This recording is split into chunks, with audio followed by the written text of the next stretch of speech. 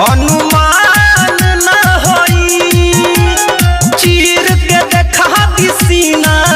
हनुमान न होई हमरो में बात जान हम भगवान न होई चीर के देखा दिसीना हनुमान न होई चीर के देखा दिसीना हनुमान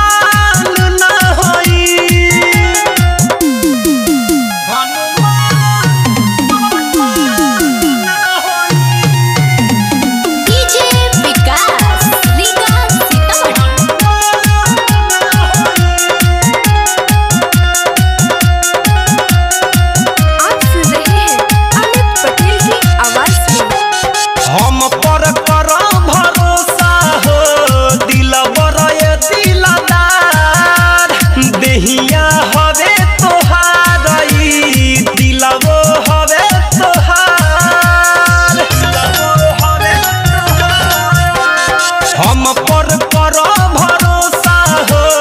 दिलबर ये दिलदार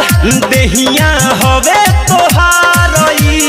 दिलवो हवे तोहार आपन होई तोहार हम मेहमान ना होई चिर के देखा दिसीना हनुमान ना होई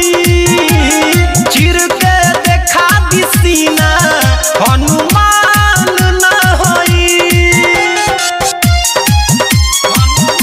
आप सुन रहे हैं अमित पटेल की आवाज में म्यूजिक बाय विकेश भोजपुरिया। मरते तलक ना छोड़ब हो खाके कहीं कसम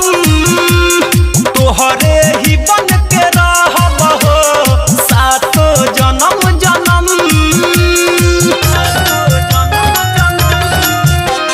मरते तलक ना छोड़ब हो खाके कहीं कसम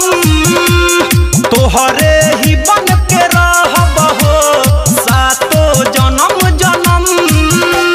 हमरो भी दर्द होला हो बलवान ना होई